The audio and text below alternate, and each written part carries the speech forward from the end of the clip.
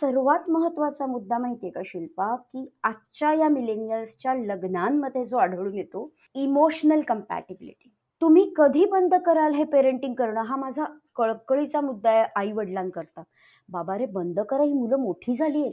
29, 30, 32 म्हणजे अजून काय सोन्या राजा. पहिली गोष्ट मला असं वाटतं शिल्पा, की पालक होण्याआधी तुम्ही एक जोडपं म्हणून सक्षम आहात का?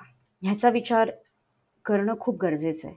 Under parental pressure, under societal pressure तुम्ही जर का पेरेंट बनताय, तर त्यामध्ये तेवढा विलिंगनेसच तुमचा नसेल. मग ते सगळे फ्रिक्शन्स पुढे येणार आहेत. मी आज एका जीवाला जन्म देऊन ते मूल इथे समोर 2.5-3 वर्षाचं आहे. झोपेतनं उठून रडत ते आमची भांडणं ऐकतं.